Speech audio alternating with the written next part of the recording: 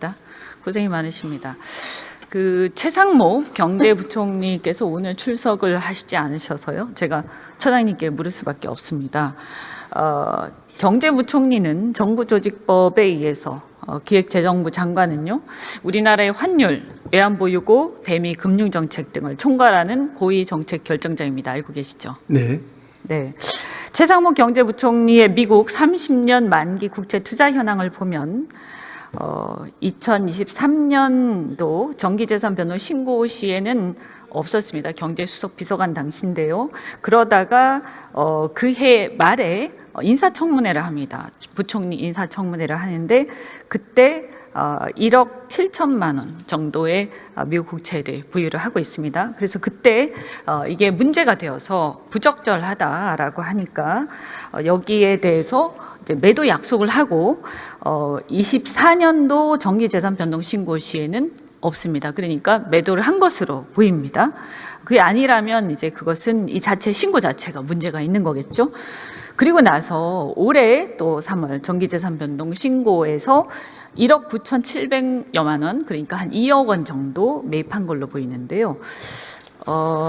처장님께서는 공직자 윤리법상 이해충돌 방지 의무 알고 계신가요? 네. 네. 혹시 말씀해 주시겠습니까?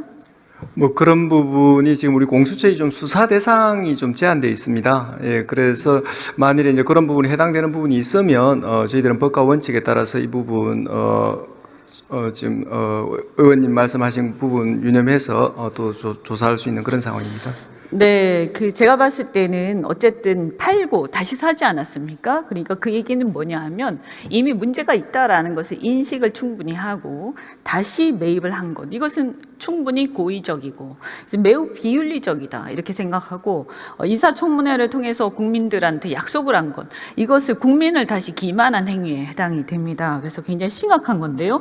제가 하는 자료를 보니까 일반 국민들은 평균 해외 증권 투자 금액이 한 1,400만 원 정도밖에 되지 않습니다. 그런데 자산이 얼마나 많은지 모르겠지만 2억 원이라는 것은 매우 큰 금액인데요. 이 금액을 경제부총리가 이렇게 미국 국채에 30년 만기 미국 국채에 다 투자를 했다. 굉장히 큰 금액인데 어떻게 이렇게 많이 투자를 그것도 ETF가 아니라 직접 투자를 했을까 이런 생각이 듭니다. 말씀드린 대로 환율, 외환보유고, 대미 금융정책 등을 총괄하고 있는데 작년에 우리 환율이 어땠습니까? 우리 환율이 굉장히 불안정하지 않았습니까? 그죠? 그래서 이 환율이 상승할 경우, 환율이 급등하면 우리 국민들이 굉장히 힘들어지는 게 많았고 작년 같은 경우 이게 문제가 많이 됐었는데요. 이 미국 국채는 사실 어쨌든 환율이 급등하면서 본인이 이익을 볼 수 있는 그런 구조였습니다. 그런데 이것을 팔라고 해서 다시 팔았는데 그리고 나서 다시 샀습니다. 그것도 환율이 굉장히 어려울 때 그래서 이것은 저는 매우 심각한 문제가 있다. 그래서 이거는 이해충돌 방지 의무 위반, 그리고 또 아까 잠깐 드렸지만 한국은행의 금리 결정 과정, 그리고 외환시장의 개입 계획, 그리고 정부의 환율 방어 정책 이런 것들의 정보를 실시간으로 또 접할 수 있는 자리이기 때문에 미공개 정보 이용 행위에도 해당할 가능성이 있다라고 생각을 합니다. 여기에 대해서 배임은 물론이고요. 물론 사실관계를 다 조사를 해보셔야 되겠지만 그래서 이런 부분들에 대해서 수사를 해야 되지 않느냐라고 생각하는데 어떻게 생각하십니까? 뭐 의원님의 그 고위공직자의 그 청렴성을 강조하는 그런 부분에 대해서 깊이 동의를 하고요. 다만 이 고위공직자 범죄 또 수사 대상은 또 제한되어 있으니까 혹시 그런 부분에 대해서 저촉하는 부분이 있는지 만일 저촉된다면 법과 원칙에 따라서 성실히 수사하도록 그렇게 하겠습니다. 네, 청렴성 그냥 고위공직자라서 그런 게 아니고요. 이분이 경제부총리이기 때문에 더욱더 그런 것입니다. 자신의 일이 바로 이런 것이었고 문제는 국익과 사익이 정확하게 상반되는 상황 속에서도 계속 보유하고 있었다. 당연히 팔았으면 다시 사지 않는 것이 정상적인 사고겠지요. 그죠? 이것은 매우 노골적인 행위입니다. 저는 이것은 그냥 다른 고위공직자가 미국 국채를 매입한 거하고는 완전히 다른 얘기다라고 생각을 하고 더군다나 인사청문회에서 그렇게 문제가 되어서 팔았는데도 불구하고 다시 샀다라는 것은 매우 고의적이고 아주 아주 뭐라고 해야 되나요? 굉장히 뻔뻔하다 하는 생각이 듭니다. 이것은 그냥 놔두면 안 됩니다. 반드시 수사를 해야 된다. 이렇게 생각하고 적어도 조사를 해서 문제가 없다라고, 저는 문제가 없다라고 될 리가 없다고 생각합니다. 왜냐하면 공직자윤리법은 이거 실제로 이익을 얻었느냐 안 얻었느냐가 문제가 아니다. 그렇지 않습니까? 예, 그래서 공수처의 수사 대상이 맞다면 응당 수사를 하셔야 됩니다. 네, 의원님 말씀 유념하겠습니다. 네, 네, 들어가셔도 좋습니다. 자, 내란죄 구속 요건인 국헌 문란의 목적과 관련해서 공소장을 보면 대통령에 대한 내란죄 관련해서입니다.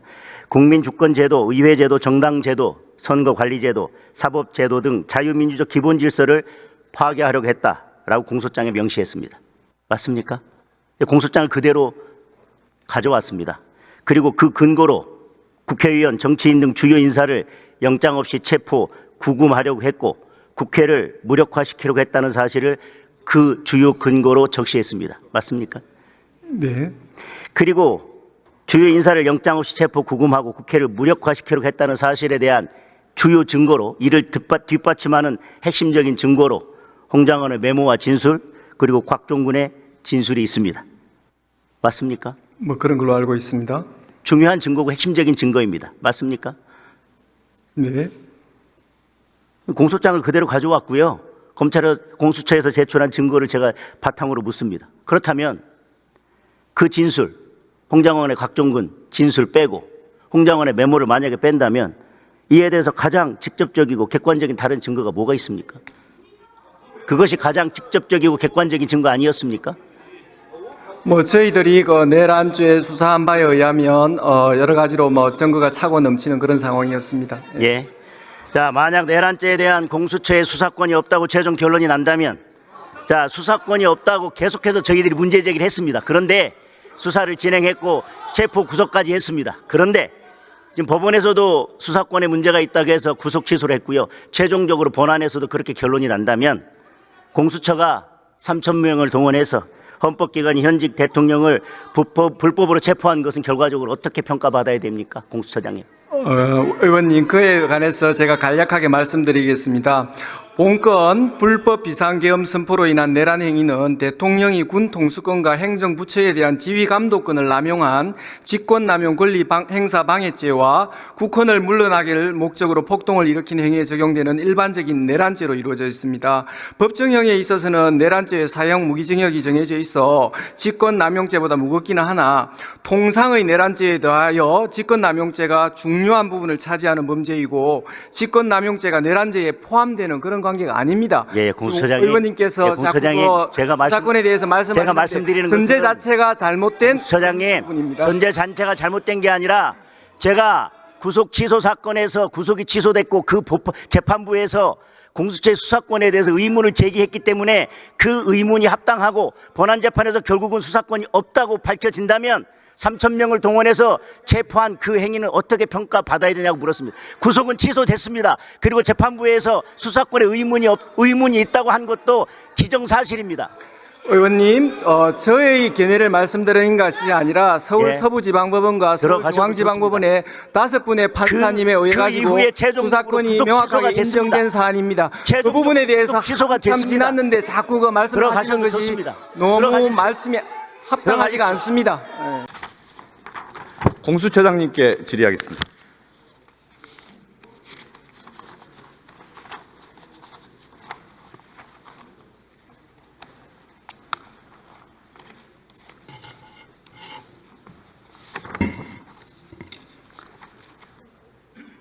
세 가지인데요. 첫 번째, 아까 의원님 중에 질의하신 것 중에 공수처가 한남동에서 3,000명을 동원해서 체포영장 집행한 거 불법이다라는 주장에 대해서 동의하십니까? 판사님께서 그 명령장이기도 한 체포영장을 저희한테 발부해 주셨고, 그러면은 공수처의 적법한 수사권을 당연히 심사하셨고, 그렇게 적법하게 그 명령된 그 체포영장에 의한 정당한 적법 절차의 원칙에 있어서 한치의 어긋남도 없는 그런 영장 집행입니다.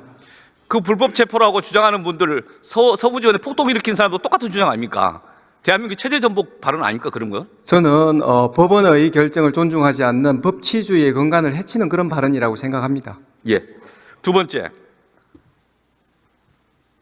헌법상, 법률상 해야 될 일을 안 하는 공무원들에 대해서 직무유기로 고발하면은 수사해야 되죠.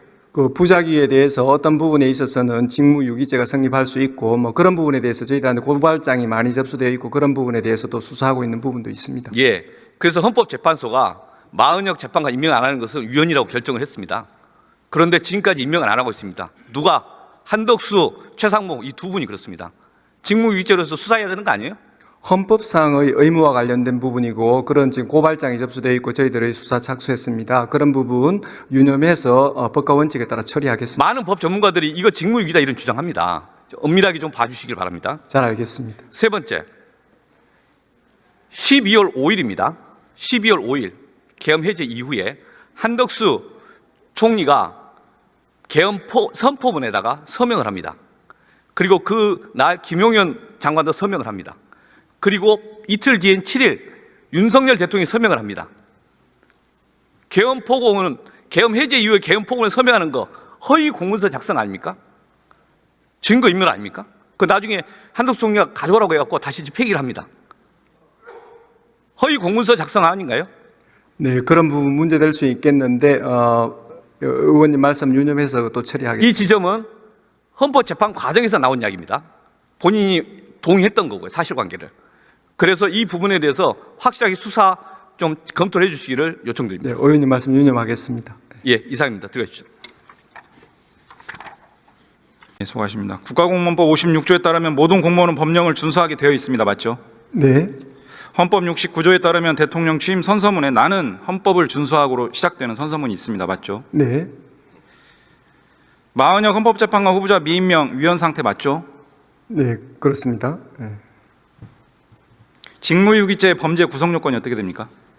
뭐 직무를 유기한 그에 대해서 처벌하도록 되어 있습니다. 그 의도적으로 뭐 지금 이 사건에서는 헌법상의 그 의무를 위반한 경우에 어떤 요건을 갖추면은 성립하겠습니다. 헌법재판소가 두 차례에 걸쳐서 이런 미임명 행위가 위헌 상태라고 하는 것을 구체적으로 지적을 했습니다. 알고 있죠? 네, 그런 헌법재판소의 결정이 있었습니다. 헌법상 구체적 자기 의무를 이행하지 않는 것이다라고 명시했습니다. 그렇죠? 네, 헌법재판소법 기속령에 따르면 임명해야 될 의무가 또 발생합니다. 맞죠? 네, 이런 헌법재판소의 결정과 법률상 구체적 의무를 계속 이행하지 않고 있습니다. 직무유기죄 범죄 구성 요건에 해당되는 것으로 보입니까?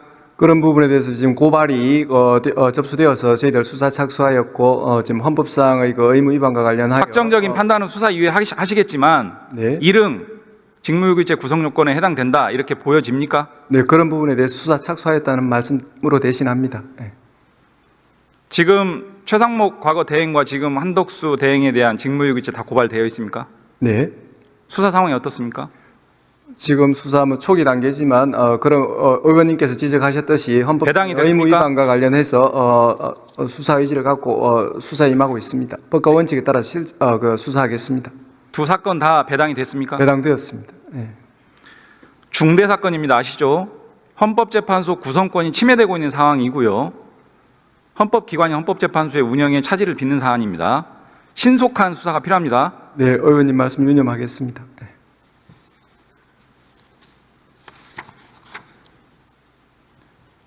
최상목 장관에 대한 경제금융비서관 당시의 혐의 관련해서 고발 접수된 거 있죠? 네, 고발되었습니다. 예. 수사 진행 중입니까? 그 부분도 배당되어서 지금 진행하고 있습니다. 네. 2018년 박근혜 미래재단 판결문을 보면 당시 청와대 경제금융비서관이었던 최상목 장관은 안종범의 지시를 받아 삼성, 현대차 등 9개 그룹의 출연금을 모집하라는 지시를 행정관들에게 내렸다. 이렇게 판결문에 판시가 되어 있습니다. 알고 있죠? 네. 특히 아직까지도 출연금을 안 낸 그룹이 있냐? 그 명단을 달라고 하면서 화를 내면서 출연금 모집을 종용했다는 사실도 판결문에 적시되어 있습니다. 알고 있죠? 네. 우리 법령 중에 공무원이 기업에게 법령상 의무 없는 출연금 납부를 하도록 독촉할 수 있는 근거 조항이 있습니까? 뭐 그런 부분 지금 그런 조항이 있습니까? 뭐 특별히 규정이 없는 것으로 알고 있습니다. 특별히가 아니라 없습니다. 네. 불법이기 때문에. 이와 관련해서 최상목 당시 비서관 말고 다른 사람이 직권남용죄로 처벌된 거 알고 계시죠? 네. 이런 상황을 종합하면 최상목 현 장관의 직권남용 여지 충분히 있다고 보이는데 어떻게 생각합니까? 뭐 그런 부분 지금 고발되어 있으니까 제가 뭐 결론을 말씀드릴 수는 없고 의원님 말씀 유념해서 또 범죄 성립 여부에 대해서 검토하도록 하겠습니다. 고발 사항이 특가법상 뇌물죄, 특경법상 공갈죄 맞습니까? 그런 부분이 문제된 걸로 알고 있습니다. 예. 소멸시효 지나지 않았습니다. 공범에 대해서 그 이제 유죄 판결이 있을 경우에 공소시효가 정지된다는 그 법리가 이 사건에서도 적용되는 그런 사안입니다. 그래서 제가 말씀드린 직권남용죄 포함해서 신속하고 엄중하게 수사해야 됩니다. 네, 유념하겠습니다. 그렇게 하겠습니까? 유념하겠습니다. 예.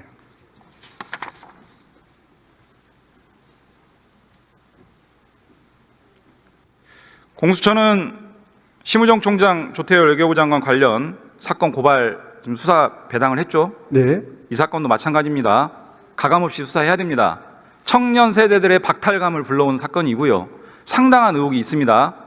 분명하게 들여다보시고 필요하면 강제 수사까지 진행해야 됩니다. 저희 공수처는 그 고위공무원의 그 범죄에 대해서는 어떤 지위 고하를 막론하고 법과 원칙에 따라 철저히 수사하겠습니다. 예. 네, 들어가시죠. 법원의 행정처장님 나와주세요.